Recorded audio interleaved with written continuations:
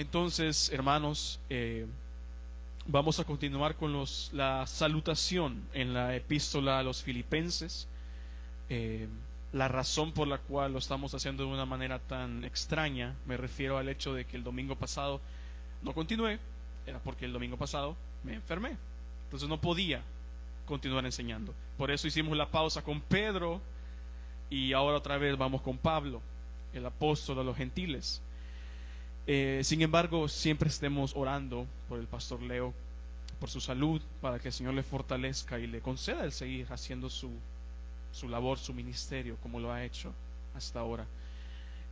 Así que volviendo a lo que estábamos aprendiendo en estos primeros 2 versículos de la epístola a los Filipenses, no sé si recuerdan cuál es el tema que estamos tratando, y es básicamente que en este pasaje encontramos, Dios nos enseña 4 bendiciones que el creyente tiene.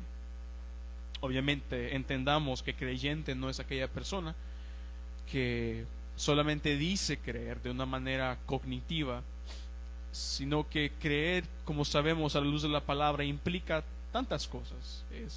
Es un acto, sí, de la mente, es un acto que implica el conocimiento, porque nosotros, a diferencia de lo que muchos ateos creen y de lo que nos acusan, es que cerramos el conocimiento, anulamos el entendimiento para entonces lanzarnos a un vacío que llamamos fe. No es así. Y aunque muchas cosas nosotros de la palabra de Dios, permítanme, solo de la persona de Dios, como lo hemos estado viendo por ejemplo en los estudios, en el grupo particular de los Álamos, hay muchas cosas que de la persona de Dios nosotros aceptamos por fe, aunque no las entendemos. Y no las entendemos porque no tengan sentido. El problema está en nosotros, no en Dios. Nosotros, con nuestra mente finita, no sabemos, por ejemplo, qué es compartir esencia con 2 seres más y juntos ser personas distintas, pero compartir una misma esencia. Esa es la Trinidad. Y es un tema complejo de explicar, pero lo creemos por fe. Pero lo que es el Evangelio y el resto de la Escritura, igualmente eso, lo recibimos cognitivamente, la Trinidad, porque la palabra lo muestra. Y lo que es el Evangelio es un mensaje que apela al conocimiento humano. Si usted explica el Evangelio, según la Biblia, tiene sentido. Tiene sentido. El canto que acabamos de cantar muestra perfectamente cómo se explica en el Evangelio. Estábamos perdidos en rumbo a la perdición no externa a nosotros en el sentido de que somos víctimas, no, estábamos perdidos porque éramos pecadores, merecíamos un castigo eterno por un Dios santo porque le fallamos a Él, transgredimos su ley, merecemos el castigo. Y en ese rumbo a la perdición aparece la persona de Cristo y se entrega por nosotros, salda la cuenta que nosotros no podíamos pagar, y ante Dios, debido a la obra vicaria, la obra sustitutoria de Cristo Jesús a favor nuestro, Dios nos recibe. Eso tiene sentido, es lógico, es por eso ya llamamos el glorioso intercambio. Tenemos que hacerlo lo más con ejemplos cotidianos. Es como un caso en una corte. Nosotros éramos los acusados, pero nuestro defensor, el abogado, quien también se entrega por nosotros, asume en nuestro lugar nuestra deuda, y Él a favor nuestro nos da su perfección. Y por eso el juez, el Dios Padre, puede recibirnos y nos llama inocentes. Eso es lo que pasa en una corte, o al menos lo que debería pasar en una corte. Entonces, el creyente, y para todos aquellos que estamos aquí y nos consideramos creyentes, sí involucra el conocimiento, pero además involucra la voluntad. Es un acto volitivo en donde yo recibo esta verdad, la entiendo intelectualmente, el Espíritu Santo hace su obra y yo puedo recibirla, y entonces voluntariamente me rindo a esta verdad. La fe implica rendición, implica sumisión. Entonces, estas bendiciones, vale aclarar, no sé si lo hice antes, pero vale aclarar que cuando digo que estas bendiciones son del creyente, específicamente para esta persona que reúne estos requisitos en su fe, no porque él mismo la da, obviamente sabemos que la fe incluso es un don de Dios. Entonces, para esta persona que cree de esa manera, tenemos estas bendiciones en Cristo. Y vimos que la primera era ser esclavo de Cristo. De manera, resumiendo, éramos esclavos del pecado. Cristo nos redime, es decir, paga el pago para nuestra libertad, cuando lo que nos esperaba era vivir vidas completamente entregadas al dominio esclavizante, a la tiranía del pecado. Él paga la deuda y nos pone en libertad y nos hace suyos.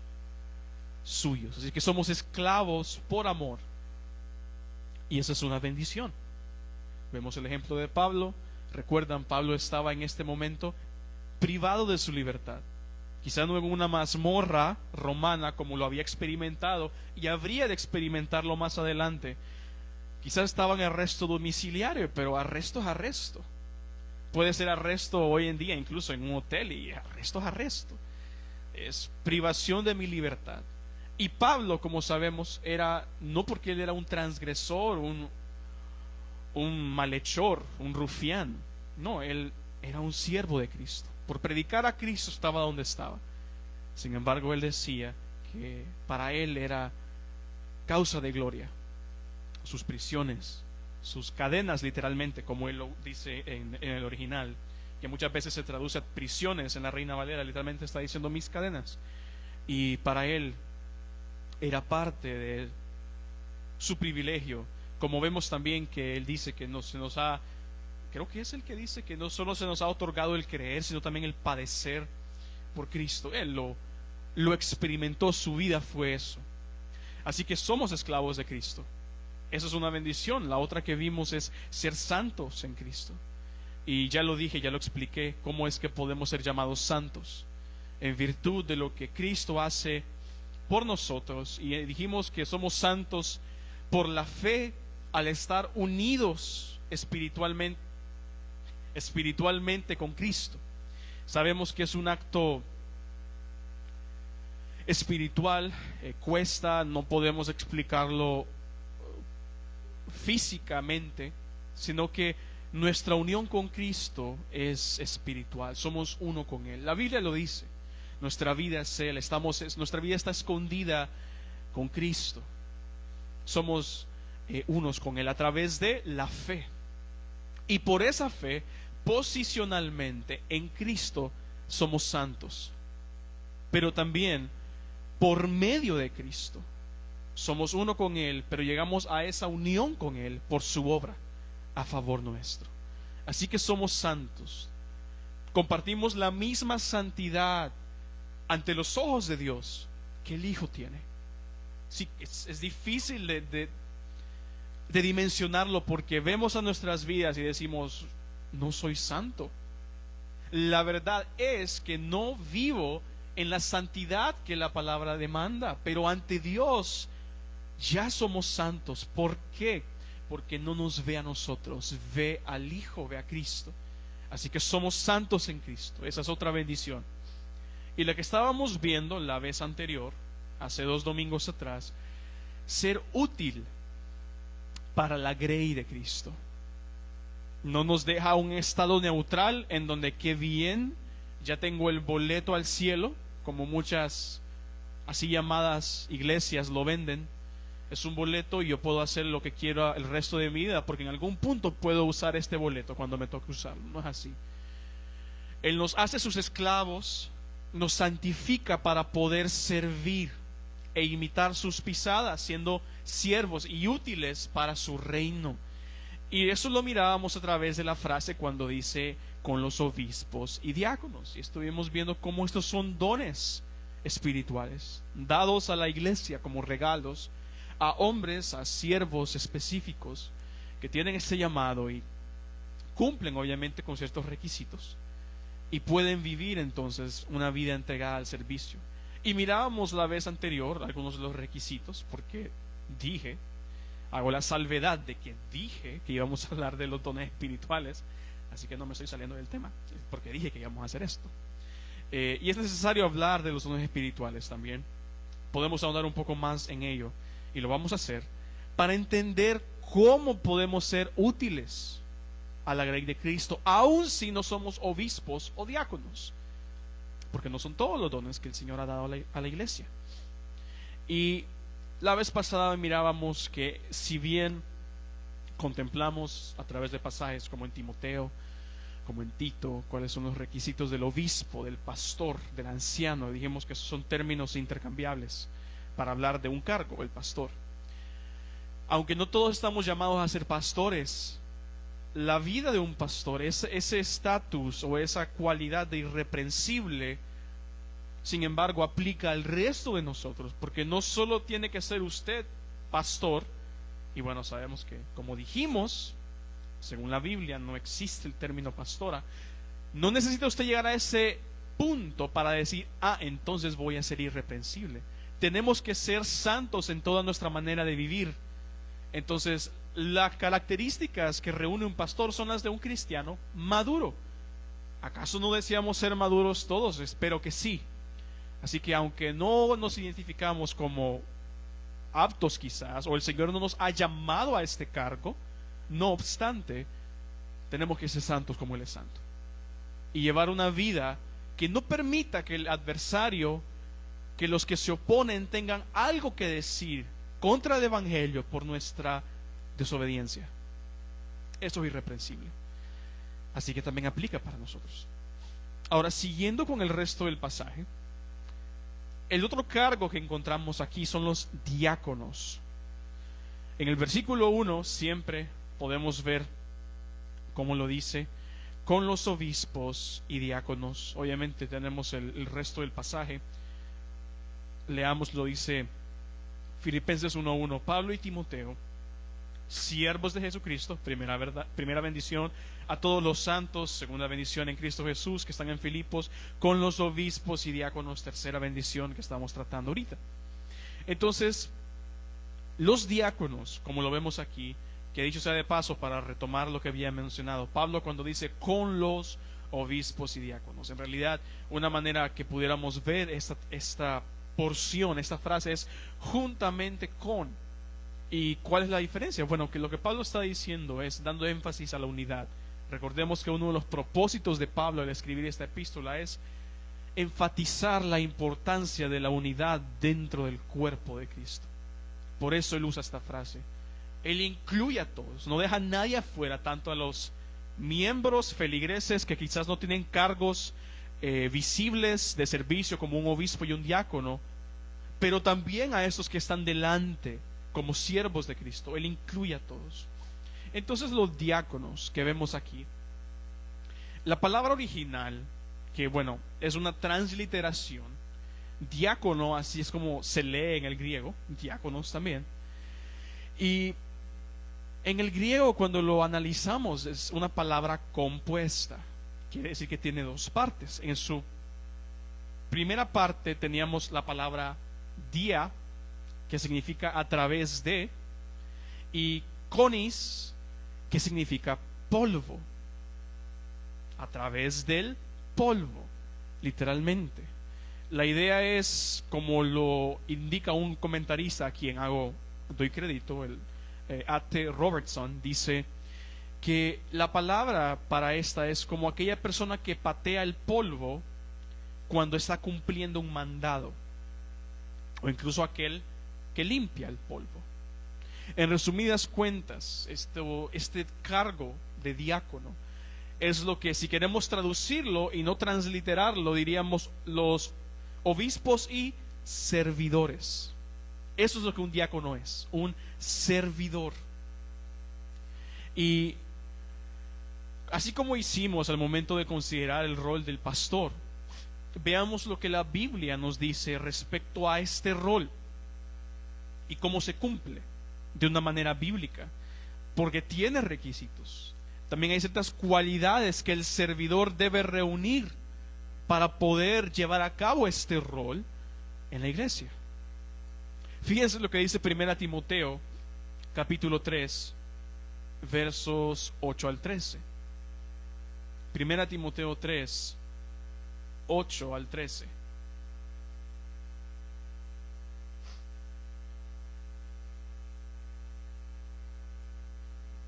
En este mismo capítulo está hablando de los pastores, o versículos antes a esto está hablando de los pastores, y dice: los diáconos asimismo. El pastor ha tratado varias veces, cuando encontramos esa frase, ese adverbio de hecho, asimismo, implica que están al mismo nivel, o llamémoslo así, como le digo esto a los pastores, esto mismo también le va a los diáconos. Así como mirábamos en Pedro, cuando hablaba acerca de cómo tenemos que amar dentro del contexto de la familia, usaba asimismo, está al mismo nivel. Entonces dice: los diáconos deben ser honestos, sin doblez, no dados a mucho vino, no codiciosos de ganancias deshonestas, que guarden el misterio de la fe con limpia conciencia. Esos también, fíjense, sean sometidos a prueba primero, y entonces ejerzan el diaconado, si son irreprensibles. El 11: las mujeres asimismo sean honestas, no calumniadoras, sino sobrias, fieles en todo. Los diáconos sean maridos de una sola mujer, que gobiernen bien sus hijos y sus casas, porque los que ejerzan bien el diaconado ganan para sí un grado de honra, un grado honroso y mucha confianza en la fe que es en Cristo Jesús. Entonces, vemos aquí que aunque los diáconos, el rol de ellos no es presidir, no es dirigir como los pastores, por ejemplo, ellos, ¿cuál es su labor? Es ayudar, es cooperar con los pastores para que entonces los pastores puedan llevar a cargo la dirección de la congregación. Vemos eso. Los diáconos no están como autoridad, están como servidores, pero ellos sirven a favor de la autoridad delegada por Dios. Ellos ayudan para que el grupo de pastores puedan cumplir su ministerio de mejor manera. Ahora, si comparamos la lista de requisitos entre diáconos, entre pastores, es casi que lo mismo o es similar. De hecho, en el versículo 10 vemos ese mismo requisito englobante que vimos para los pastores: ser irreprensibles. El diácono debe ser un creyente que esté por encima de cualquier posibilidad de reproche. ¿Respecto a qué? A su estilo de vida, su forma de vivir y el evangelio de Cristo. Ya que, aunque es un servidor, se espera que su vida de servicio a favor de, como ya dije, el cargo de los pastores, para que ellos puedan cumplir mejor su ministerio, de alguna u otra forma el diácono sirve de manera visible. Él está allí constantemente sirviendo. Entonces, si lleva a cabo un ministerio visible, él debe ser irreprensible. Y hasta rima. Él tiene que ser irreprensible para no llevar reproche alguno al evangelio de Cristo. Así que, y vemos cómo los requisitos que Pablo muestra: el diácono debe ser un creyente ejemplar en su matrimonio, si está casado, y si no está casado, en la manera en que él se mantiene puro para el matrimonio, en la familia y en la comunidad, incluyendo a los inconversos. ¿Cómo se refieren los no creyentes a este servidor? Que aplica también para el pastor. ¿Qué comenta la gente en la comunidad, en el barrio? ¿Cómo se refieren a él como servidor? Y obviamente, dentro de la iglesia, él tiene que tener un buen testimonio y un buen ejemplo. Entonces, ¿en qué recae la diferencia? Aunque comparten tanta semejanza, fíjense, la función del pastor es supervisión espiritual y alimentar. Eso incluye liderar, alimentar al rebaño y todo lo que el cargo de un pastor conlleva. Supervisión espiritual. El diácono es servicio espiritual. Pastores, supervisión. Diáconos, servicio. Y ellos deben ayudar a los pastores para suplir cualquier necesidad dentro de la congregación.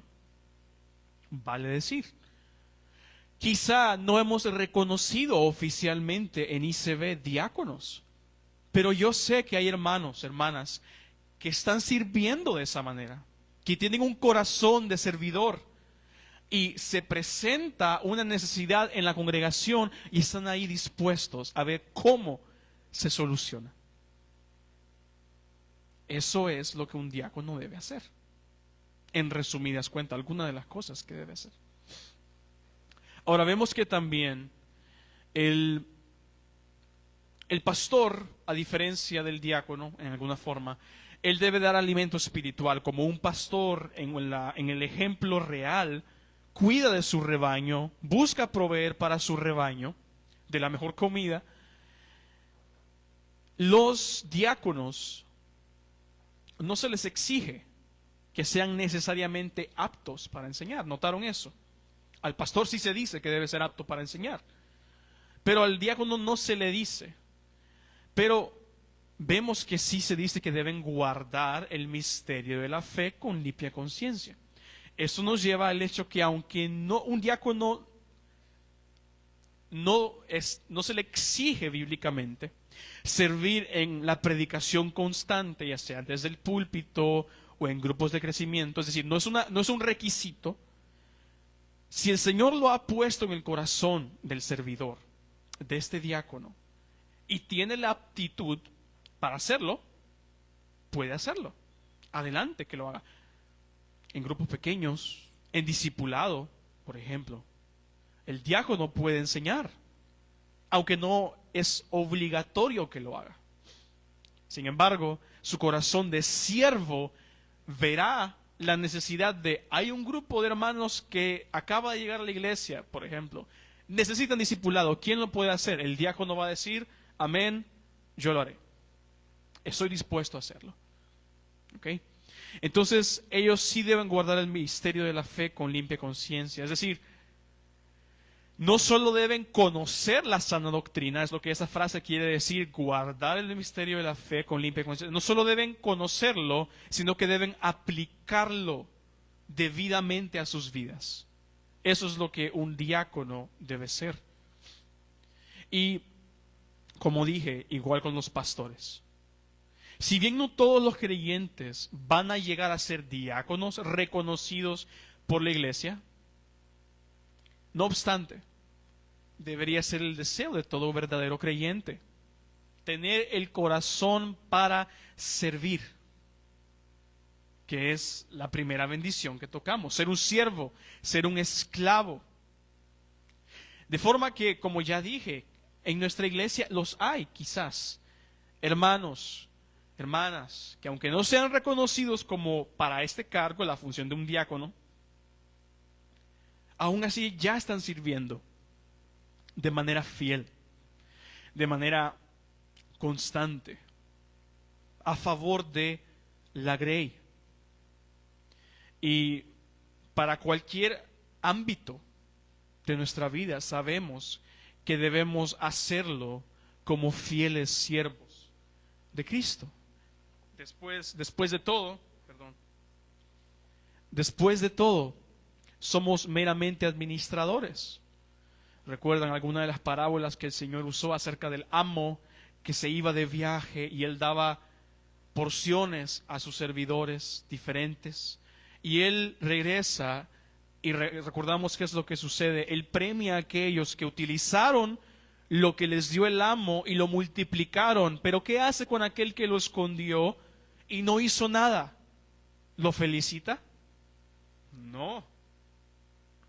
no lo felicita, lo regaña vehementemente y de hecho le quita y se lo da al otro. Si el Señor, hermanos queridos, nos está incomodando nuestros corazones para servir, vemos la necesidad. Y como ya lo dije, en la iglesia, en el reino, sobran las cosas por hacer. Lo que no sobra literalmente son las manos que lo hacen. La mies es mucha, hablando del evangelismo, pero aplicándolo, la mies es mucha, pero los obreros muchas veces son pocos. Aún así, como dije, si el Señor lo está incomodando para hacerlo, hágalo. No espere recibir crédito de sus hermanos, de sus hermanas. Espere que llegue aquel día en que usted escuche: bien, buen siervo y fiel. Sobre poco fuiste fiel, sobre mucho te pondré. Eso es lo que esperamos oír. No necesitamos escuchar que los hermanos en ICB reconozcan cuán buen trabajo estamos haciendo, porque no lo hacemos para eso. No lo hacemos para eso. Aquí quien importa y quien debe llevarse el foco de atención es Cristo. Nosotros solo estamos tras bambalinas, tratando de que esa luz que está puesta sobre la cruz vacía brille de mejor manera y nada lo estorbe. Ese es nuestro rol. Entonces espera que todo creyente verdadero anhele servir, a través de servir al pueblo del Señor, a la iglesia. Así que oremos, roguemos por nosotros, para que si ya estamos sirviendo, el Señor nos conceda la gracia de seguir haciéndolo con un buen corazón, con ánimo pronto, como para Él. Y si no estamos sirviendo aún, y el Señor nos está incomodando para hacerlo, roguemos que Él nos dirija. ¿A dónde nos quiere Él tener sirviendo? Y recuerdan lo que dije y lo voy a retomar más adelante. Porque muchas veces estamos paralizados esperando recibir algún tipo de sueño, de visión, no sé, que nos diga cuál es el don que Dios me ha dado para servir. La falta de actividad, la inactividad, la pasividad en el servicio no se lo va a mostrar. La intencionalidad en empezar a hacer algo es lo que le va a confirmar cuál es su don. ¿De qué manera, cuál mejor forma hay para encontrar en qué soy bueno que haciéndolo?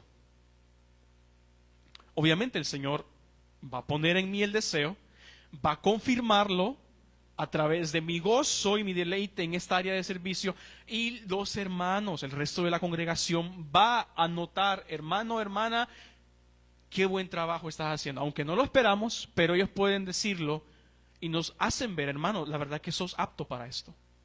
Veo que el Señor te está preparando para ser maestro, maestra de escuela dominical, para atender a las necesidades de los hermanos. Hermano, veo que de manera tan abnegada siempre estás dispuesta a dar a otros, a repartir a otros.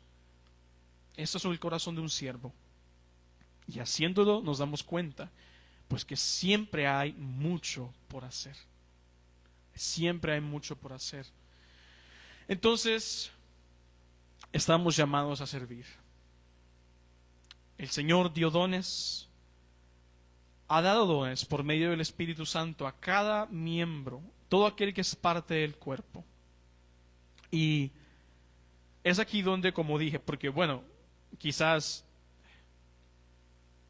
quedándonos solo con obispos y diáconos, sí, como ya dijimos, la irreprensibilidad aplica para todos, el deseo de una vida en madurez aplica para todos, pero quizá muy pocos de aquí vamos a fungir como un pastor, como un diácono. Entonces, ¿qué otros dones hay? Bueno, en la palabra de Dios encontramos varias listas, algunas más exhaustivas que otras. Entonces vamos a ver algunos de estas listas que vemos en la palabra de Dios y entender ¿Por qué es necesario ver esto? Para entender cuáles son los dones que el Señor ha dado a la iglesia y cuáles son aquellos que aún están vigentes, aún se utilizan por medio del Espíritu Santo para servir a la iglesia. Vamos a ver. Si vamos a 1 Corintios 12, versos 4 al 10, fíjense. Ahora bien, hay diversidad de dones. El Espíritu es el mismo. Hay diversidad de ministerios. El Señor es el mismo. Hay diversidad de operaciones, pero Dios, que hace todas las cosas en todos, es el mismo. Pero a cada uno le es dada la manifestación del Espíritu para provecho. Vale decir, provecho no quiere decir provecho personal, provecho comunitario. Esa es la idea. Provecho de otros, no provecho propio. Eso no es la idea aquí, no es lo que está queriendo decir. No está queriendo decir, Dios me dio un don para mi propio bien, para el bien de los demás. Seguimos. Versículo 8, porque a este es dada por el Espíritu palabra de sabiduría, a otro palabra de ciencia, ojo, según el mismo Espíritu, a otro fe por el mismo Espíritu y a otro dones de sanidades por el mismo Espíritu, al otro el hacer milagros, a otro profecía, a otro discernimiento de espíritus, a otro géneros de lenguas y a otro la interpretación de estas lenguas. Hay 9 dones espirituales distintos que se mencionan aquí. Palabra de ciencia, palabra de sabiduría, fe, don de sanidad, milagros, profecía, discernimiento de espíritus, diversos géneros de lenguas e interpretación de lenguas. Fíjense lo que dice 1 Corintios 12 siempre. Ahora vamos un poquito más adelante. Versículo 28. Versículo 28. Dice, y a unos puso Dios en la iglesia, primeramente apóstoles, profetas, tercero maestros, después los que hacen milagros, después los que sanan, los que ayudan, los que administran, los que tienen don de lenguas. ¿Son todos apóstoles? ¿Son todos profetas? ¿Todos maestros? ¿Hacen todos milagros? ¿Tienes todos los dones de sanidad? ¿Hablan todas las lenguas? ¿Interpretan todos? La respuesta obvia es no. Nuevamente, 9 dones espirituales distintos cada uno. Vean el capítulo 13, versículos 1 al 3. Se mencionan algunos otros dones, el famoso pasaje, ¿no?, de la preeminencia del amor. Versículo 1. Si yo hablase lenguas humanas y angélicas, vale aclarar, Pablo no está diciendo que existen lenguas angélicas que yo puedo hablar. Él está utilizando lo que se llama lenguaje hiperbólico, lenguaje exagerado. Él está exagerando diciendo, si hay algo como lenguas angélicas y las puedo hablar, pero no tengo amor, vengo a ser como metal que resuena o címbalo que retiñe. ¿Por qué aclaro eso? Porque tristemente en nuestro medio se le está dando el énfasis a lo que no es el énfasis del autor. ¿Cuál es el énfasis del autor? El amor. Ese es el énfasis. Eso es lo que Pablo está queriendo. De hecho, está haciendo un contraste. Si yo pudiese hacer esto, no estoy diciendo que es real. Si yo pudiese hacer algo tan exagerado como hablar como los ángeles hablan, pero yo no amo, ¿de qué sirve? De nada. No sirve de nada. Fíjense lo que dice. Sigue Pablo con el mismo énfasis, la preeminencia del amor. Si tuviese profecía y entendiese todos los misterios, toda ciencia, si tuviese toda la fe, exageración, toda la fe, de tal manera que trasladase los montes, exageración, y no tengo amor, nada soy. Otro caso hiperbólico, si repartiese todos mis bienes, todas mis posesiones, para dar de comer a los pobres, y si voy aún más allá, entrego mi cuerpo para ser quemado, no tengo amor, de nada me sirve. Entonces, en este pequeño párrafo, en donde Pablo está dando la importancia necesaria al amor dentro del cuerpo de Cristo. Él menciona por lo menos 5 dones diferentes: lenguas, profecía, ciencia, fe y repartir. Dar, repartir. Versículos 8 y 9, siempre en 1 Corintios 13. Fíjense, menciona 3 dones espirituales. El amor nunca deja de ser. Las profecías se acabarán y cesarán las lenguas y la ciencia acabará. Porque en parte conocemos y en parte profetizamos. Profecía, lenguas, ciencia. Pero ¿qué tenemos que notar aquí? Cuando Pablo dice, se acabarán, cesarán, acabará, en el versículo 8, la idea verbal, hay un matiz verbal en el original, que la idea es, van a llegar a su conclusión por sí mismas. En algún punto, ellas mismas van a dejar de ser. Esa es la idea cuando él dice, se acabarán. Se conoce como una voz media o medio pasiva. Esa es la idea.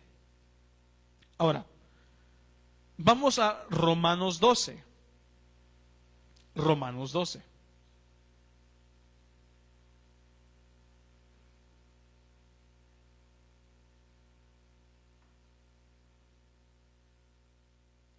Y en lo que vamos ahí, al versículo 6 y 8 de Romanos 12,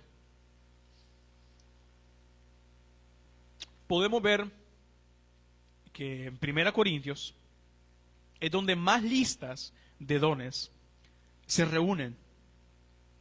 Pero no podemos dejar de notar cómo en algunos de estos pasajes, como lo es, por ejemplo, las 2 listas de 1 Corintios 13, el énfasis no es tanto el hecho de que el creyente debe manifestarlos obligatoriamente. Sin embargo, 1 Corintios termina siendo siempre la epístola con mayor lista de dones espirituales, más explícita, llamémoslo así. Pero en Romanos 12, versículos 6 al 8, dice, de manera que, teniendo diferentes dones, según la gracia que nos es dada, sigue el de profecía, úsese conforme a la medida de la fe. De servicio, diácono. En servir, el que enseña, maestro. En enseñanza, el que exhorta en la exhortación, el que reparte con liberalidad, el que preside o el que dirige con solicitud, el que hace misericordia con alegría. 7 dones: profecía, servicio, enseñanza, exhortación, repartir, presidir o liderar, misericordia. 7 dones. Efesios 4:11, otra lista de dones espirituales. Y vamos a hacer unas observaciones al finalizar estas listas. Y creo que vamos siguiendo y vamos observando cuál es una tendencia a lo largo de las listas que estamos viendo. Efesios 4:11, otra lista de dones espirituales. Otra vez por Pablo. Pablo es el que más lo discute de los escritores del Nuevo Testamento.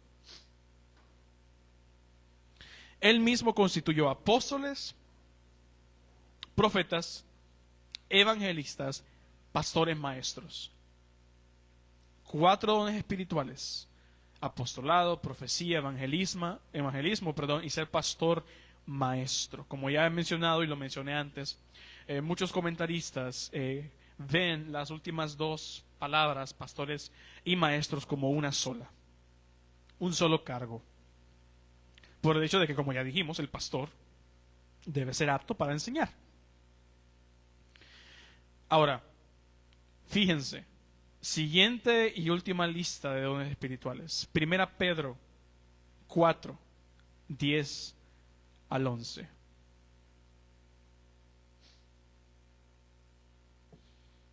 Primera Pedro 4 dice, cada uno según el don que ha recibido, ministrelo a los otros, como buenos administradores de la multiforme gracia de Dios. Si alguno habla, hable conforme a las palabras de Dios. Si alguno ministra, ministre conforme al poder que Dios da, para que en todo sea Dios glorificado por Jesucristo, a quien pertenecen la gloria y el imperio por los siglos de los siglos. Amén. Dos dones espirituales que más seguramente se refieren a la enseñanza o predicación. Cuando dice habla, no quiere decir hablar así como una conversación. No, lo más seguro es que se refiere a la predicación. Y el otro es ministrar, es decir, servir. ¿Cuáles son las observaciones que debemos hacer después de haber visto 7 listas de dones diferentes? Y las únicas que hay. En primer lugar, ¿qué tenemos que notar? Los dones espirituales milagrosos, ¿cuáles son? Las lenguas, hablar en lenguas, la profecía, las sanidades, el hacer milagros, se encuentran mencionados únicamente en Corintios. ¿Lo notaron? Y como ya lo dijimos anteriormente, el énfasis muchas veces no son tanto la lista misma de dones. Además, cuando vemos la epístola a los Corintios, vemos que Pablo fue guiado por el Espíritu para corregir falsedad, corregir errores que estaban aconteciendo con respecto a cómo se manifestaban los dones milagrosos. Fíjense lo que Pablo dice en 1 Corintios 12:3. Él dice: por tanto os hago saber que nadie que hable por el Espíritu de Dios llama anatema a Jesús. Y nadie puede llamar a Jesús Señor sino por el Espíritu Santo.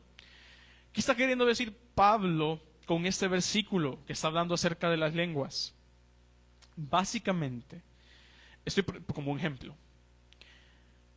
Se levantaba en medio de la congregación una persona que decía tener un mensaje de parte de Dios y empezaba a hablar en lenguas, es decir, en otro idioma humano.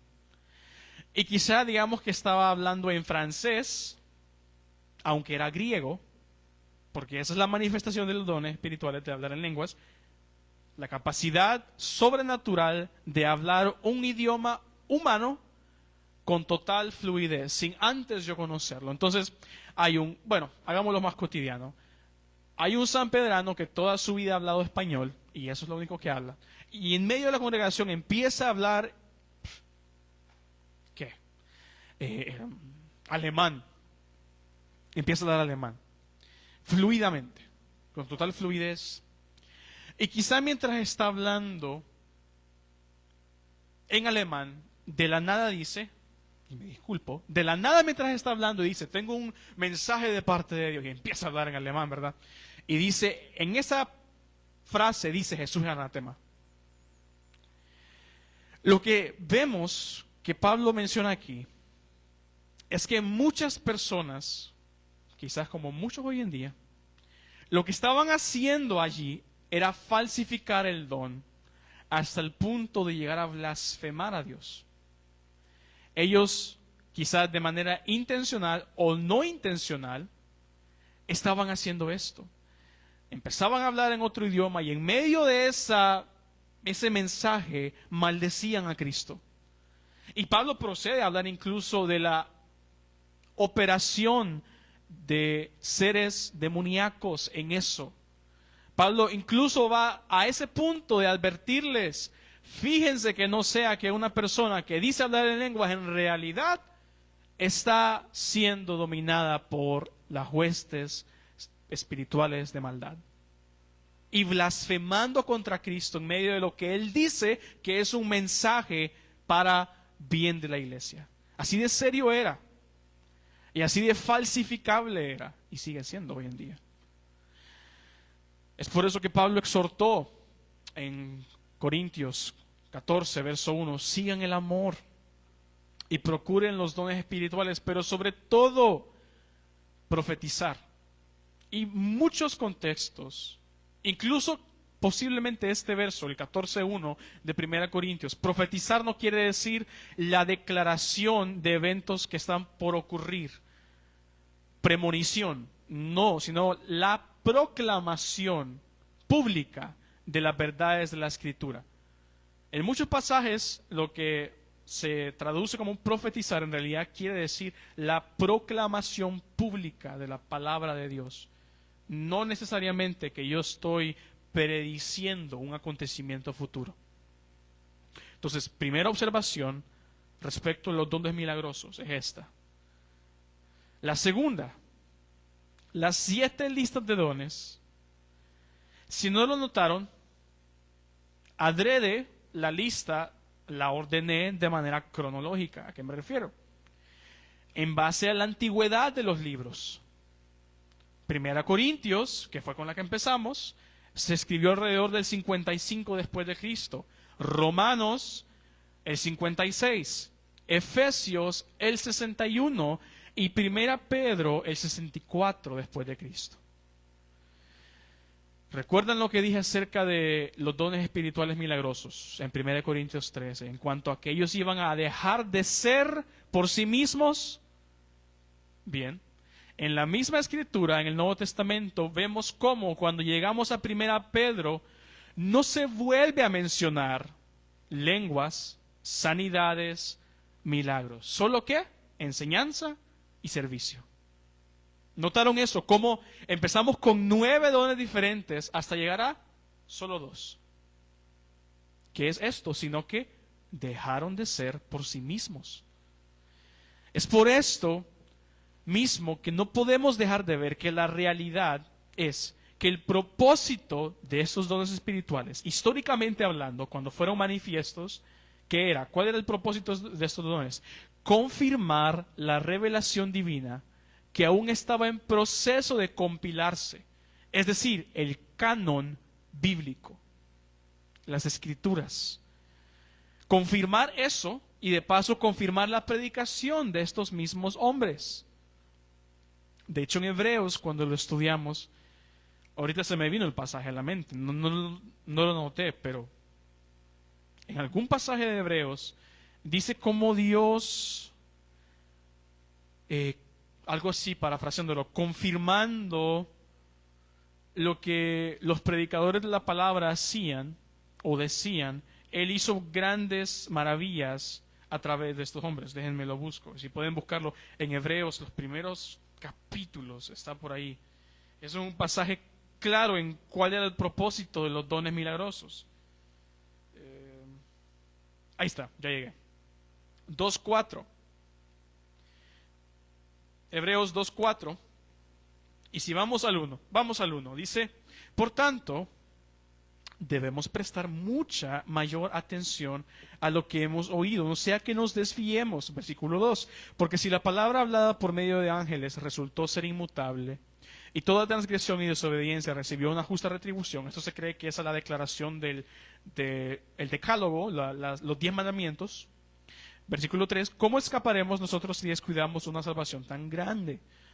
La cual después que fue anunciada primeramente por medio del Señor, fíjense, nos fue confirmada por los que oyeron. Los que oyeron, ¿qué? Las palabras del Señor, que son ¿quiénes? Los discípulos, los apóstoles. Entonces, ¿qué hizo? Vemos que nos fue confirmada por los que la oyeron. Dios, versículo 4, Dios testificó juntamente con ellos. ¿Cómo? Testificar, es decir, Dios validó lo que estos hombres, apóstoles, discípulos, estaban diciendo y predicando y compilando, lo confirmó a través de señales y prodigios y diversos milagros y repartimientos del Espíritu Santo según su voluntad. ¿Cuál era el propósito de los dones milagrosos? Testificar junto con los hombres de Dios que lo que estaban presentando era la palabra de Dios. Ese era el propósito.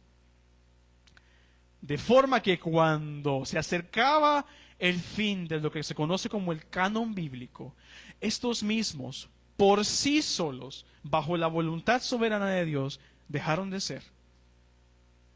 Dejaron de ser.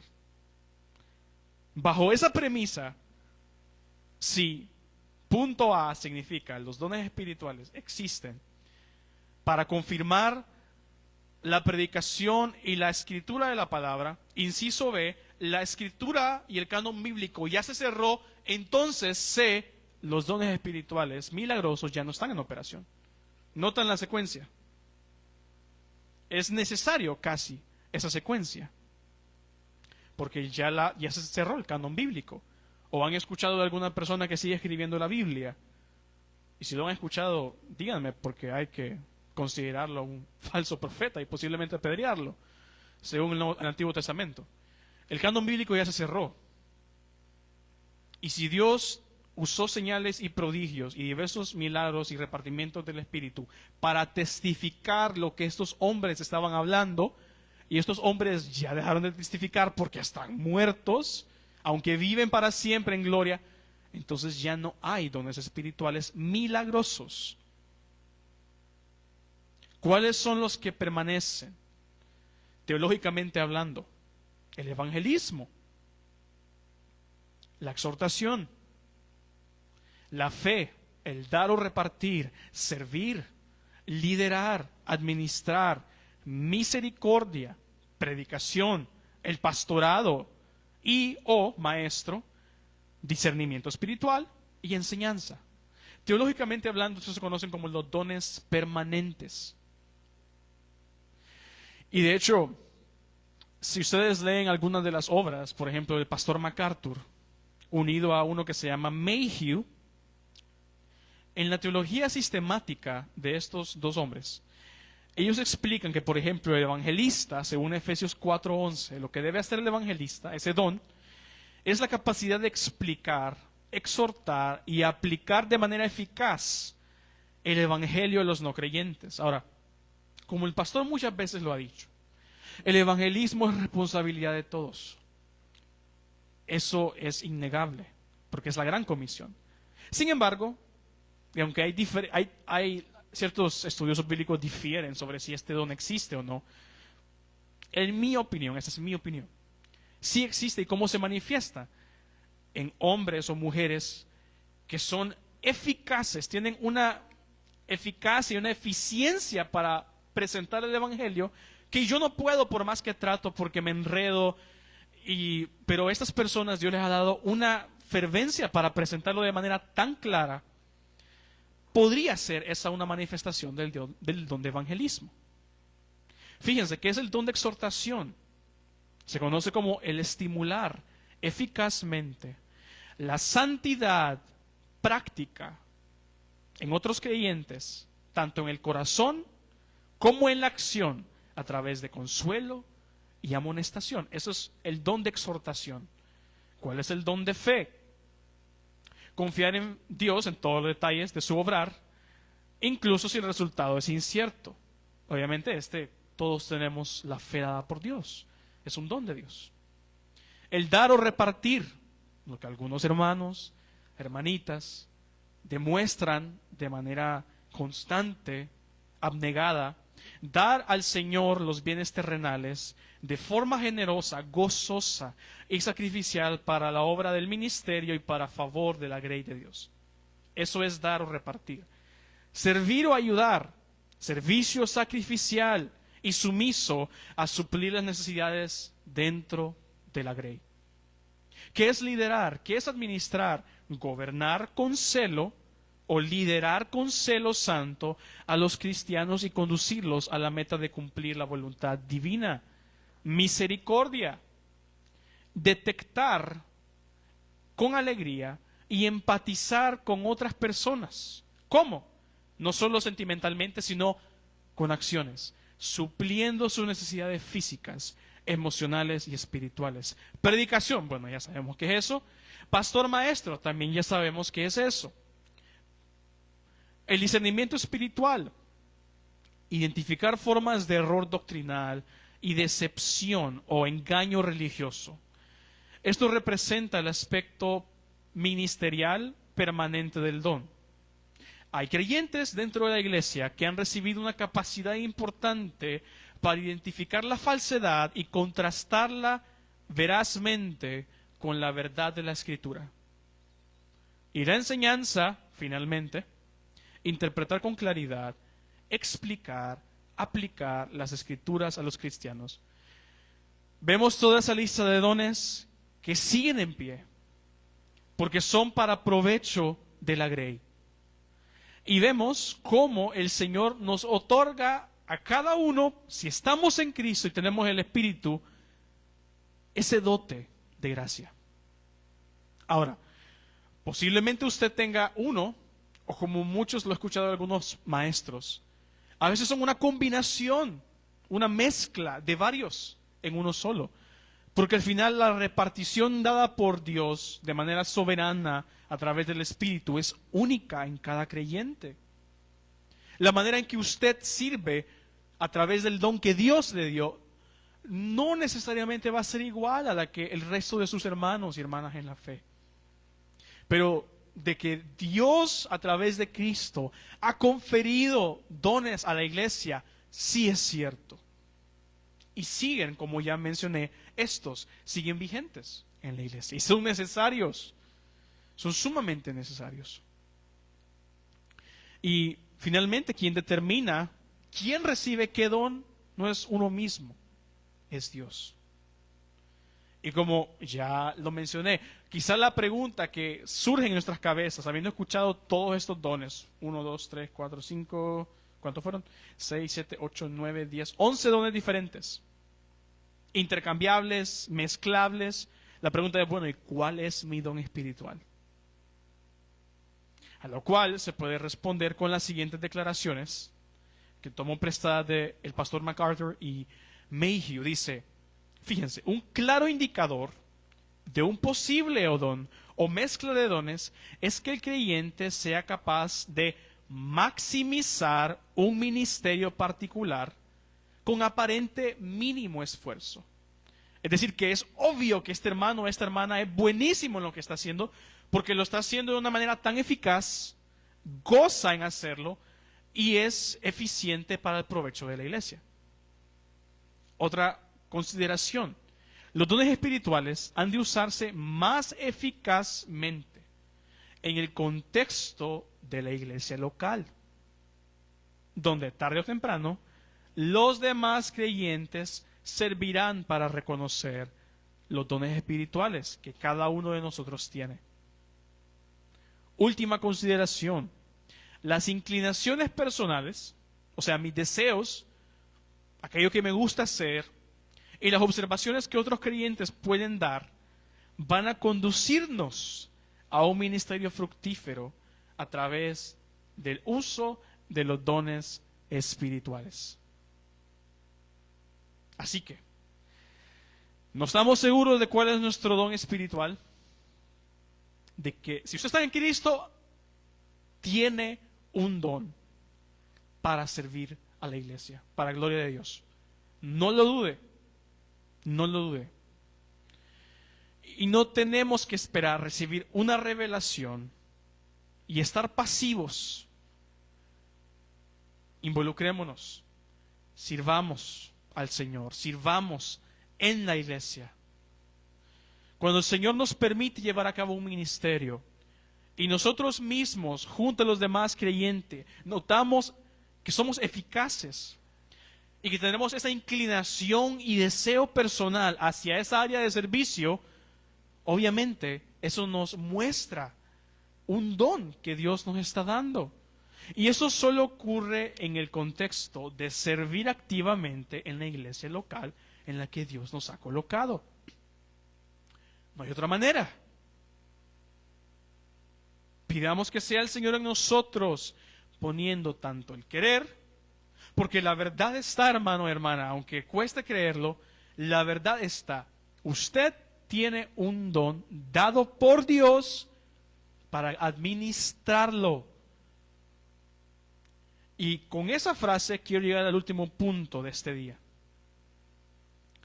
Para administrarlo, y haré alusión a la enseñanza de un hermano en Cristo llamado Lucas Alemán, en una prédica titulada La sublimidad del servicio, para concluir este tema de los dones espirituales y el servicio dentro de la iglesia. Según Romanos 12, 3 al 8, no ocupamos ir ahí. Pablo dice que todos los creyentes hemos recibido distintos dones, según la gracia divina. Es decir, somos individualmente capacitados para ministrar al cuerpo de Cristo. Nuestro foco de existencia es el cuerpo de Cristo. la realidad que somos miembros los unos de los otros. Si bien hemos sido dotados con distintos dones, todos hemos sido dotados bajo la misma gracia. Según 1 Corintios 12, 7 y 11, Dios es la única fuente de todos nuestros dones. Él elige, Él reparte como Él desea.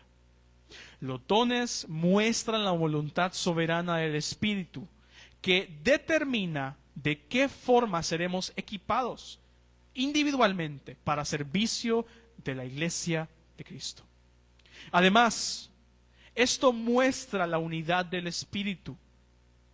Estos, ojo, no son dados para usarse en privado, sino para el provecho, como ya dije, provecho no individual, provecho colectivo, porque somos un cuerpo, no somos un montón de islas, somos un cuerpo.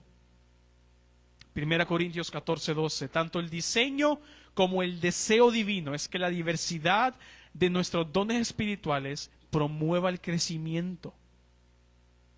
El servicio verdadero consiste esencialmente en buscar el bien o el provecho del otro, de su hermano a la par, detrás, delante. Ese es en esencia el servicio, el bien del otro. Y finalmente, 1 Pedro 4:10 nos muestra que los dones, y es aquí, ese es el punto, son una bondad divina, amén, pero son más que eso. Son una obligación, ya que nos obligan a servir. Por esa razón es que Pedro pone la imagen de un mayordomo en 1 Pedro 4:10. ¿Y qué hacía un mayordomo? Según el contexto, era aquella persona que administraba no riqueza propia, sino riqueza ajena. Esa es la imagen que Pedro usa. Ustedes están administrando la riqueza de otro. No es de ustedes mismos. No es para ustedes mismos. Es de otro. Por tanto, y tenemos que todos tener este sublime y grave advertencia. El no usar los dones de manera diligente y obediente es un acto de infidelidad a Dios. Lo repito, no usar los dones de forma diligente y obediente es un acto de infidelidad a Dios. De forma que si nosotros no manejamos, no implementamos, no involucramos los dones que Dios nos ha concedido, tampoco podemos esperar la edificación de la iglesia de una manera eficiente. Pues la iglesia es edificada por Cristo en el contexto del servicio verdadero. Así que, hermanos y hermanas, habiendo trazado toda esta lista de dones, ¿cuál es, como dicen, el meollo del asunto? ¿Cuál es el mensaje? Todos tenemos dones. Los estamos usando. Ese es el punto. ¿Los estamos usando? ¿O estamos siendo infieles a nuestro amo?